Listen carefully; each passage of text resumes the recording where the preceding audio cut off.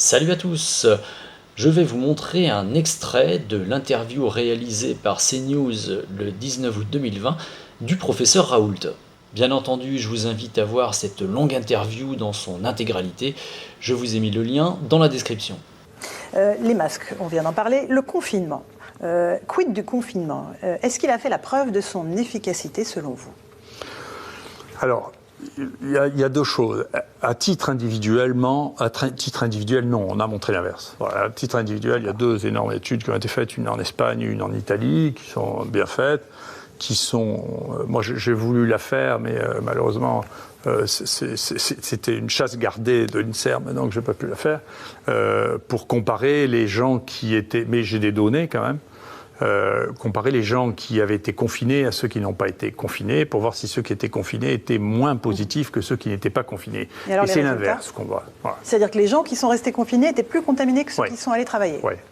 Donc, il n'y a pas d'évidence au niveau individuel pour des raisons que les gens qui comprennent la contagion, ou qui comprennent, je ne sais pas si on comprend, mais enfin qui savent à peu près comment ça se passe, c'est que si vous mettez quelqu'un qui est contagieux sans le savoir, en plus sans l'avoir testé, au milieu d'une famille de gens qui n'ont pas été encore infectés, c'est les bateaux, c'est ce qui s'est passé, ça marche très bien. Hein, donc l'histoire de la quarantaine, si vous voulez, on sait depuis tout temps que ça ne marche pas. Donc on l'a bien vu, il y a deux bateaux, deux histoires magnifiques, hein, une en France avec le Charles de Gaulle, l'autre au Japon.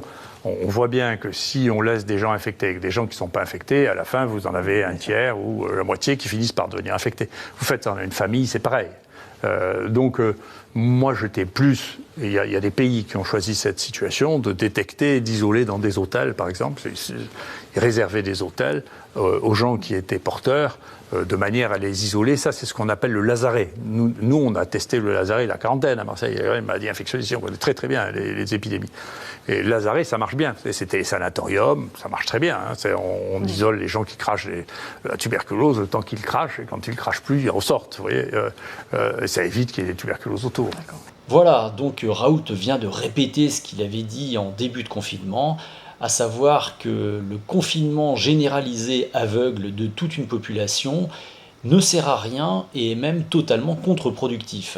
Et d'ailleurs, j'avais posté à l'époque une vidéo montrant ce qu'il avait dit, qui m'avait valu pas mal de critiques, et cette vidéo avait quand même fait plus de 800 000 vues. Bien sûr, je vous ai mis le lien dans la description. Donc aujourd'hui, avec le recul, les chiffres et ces études dont parle Raoult, on voit bien que toutes ces mesures donc généralisées, le confinement, le masque, etc., sont des mesures qui sont destinées à nous priver de nos libertés individuelles, hein, c'est évident.